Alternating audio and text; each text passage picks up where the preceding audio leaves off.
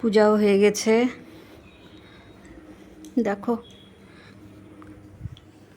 এখন কি রান্না করেছি সবাই দেখো।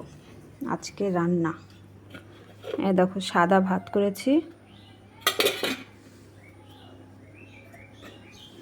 দেখো মাংসের তরকারি করেছি, দেখো আজকে অল্প অল্প রান্না হয়েছে, সব কিছু হালকা পাতলা রান্না সব। এই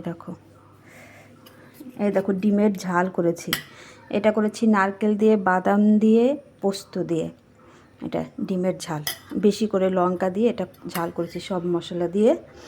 আর এই দেখো এটা পাট শাক ভাজছি, আর একটা ঝিঙ্গা শুধু পেঁয়াজ দিয়ে করেছি।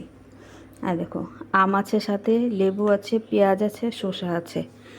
আমার রান্নাবাড়ি ভালো লাগলে সবাই কমেন্টে বলো, খেতে ইচ্ছা করলে চলে এসো আমার বাড়িতে। সবাইকে নিমন্ত্রণ রইল।